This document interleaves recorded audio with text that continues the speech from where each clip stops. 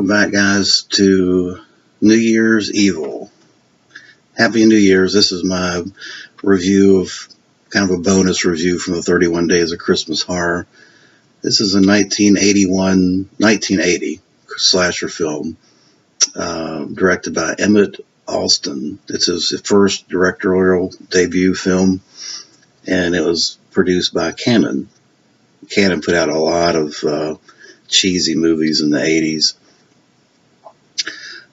This film stars Kip Naveen, who you may know from Magnum Force with Clint Eastwood. He was one of the vigilante cops.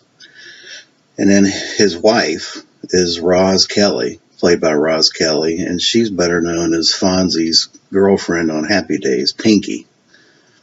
Anyway, Kip Naveen is a killer on the loose. The film doesn't make any bones about or tries to hide the fact that who the killer is. You know right off the get-go. Kip is an emotionally emasculated male.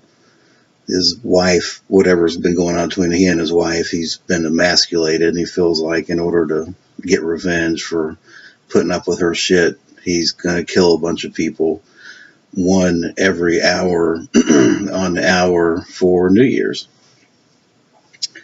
Obviously, don't try to make sense of it. And he comes up with this idea of torturing his wife by making all these crank calls, and then replaying the murders.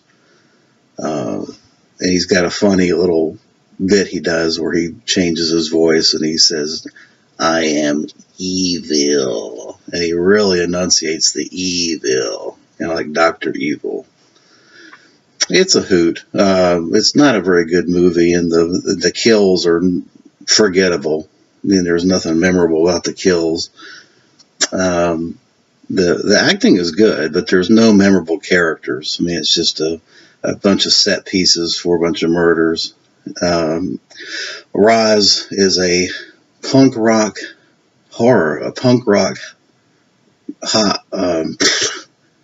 Roz is a host of a punk rock show. It's a New Year's punk rock show. So while she's running this punk rock show and having these 80s punk rock bands play psychedelic music, he's out killing people and then replaying the kills on the phone back to Roz. Apparently Kip his only wish in this film was to take his son to the Rose Bowl game. That was the big deal. So because he couldn't do it and his wife was so overbearing, he just had to do all these different kills. I mean, that's the story. Having said all that, it's a pretty forgettable slasher film. I mean, there's a few kills that I'm going to mention that are of interest, but it's still an entertaining. Having said all that, it's still a pretty entertaining 80 minutes. Let me run down the kills here. There's one shower stabbing. It's done off screen, so you don't really see much. 2 sets of tits. 3 crank evil calls. You got 1 stabbed nurse. 1 pretty bad fake mustache. One bag of pot suffocation. Now that's probably the best kill in the film. He takes a bag of pot and suffocates this girl with it. 1 trash dumpster strangulation. 1 biker stabbing. 1 spooky Nixon mask. That was pretty cool. And the ending was pretty cool with the Nixon mask. And then 1 building swan dive off a tall building.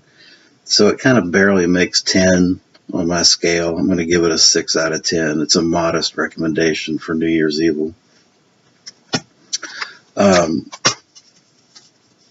This is a Scream Factory or Shout Factory release. Here's the Blu Ray. And then you've got the reversible artwork. I mean, I think if you're a slasher fan or a completist, you clearly got to have this in your collection. But beyond that, I mean, it's like I say, there's the only memorable kill that really stands out to me was the bag of pot killing. So there's not a whole lot in way of special effects, but still, there are moments in this that are fairly entertaining. And the retro '80s punk band was pretty entertaining to watch, and the crank calls were fun. So I would give it a mild recommendation. All right, guys, I think that's going to wrap up my New Year's Day review of New Year's Evil, and I hope you guys have a happy new year, and hopefully we'll have a great 2017. Thanks for watching.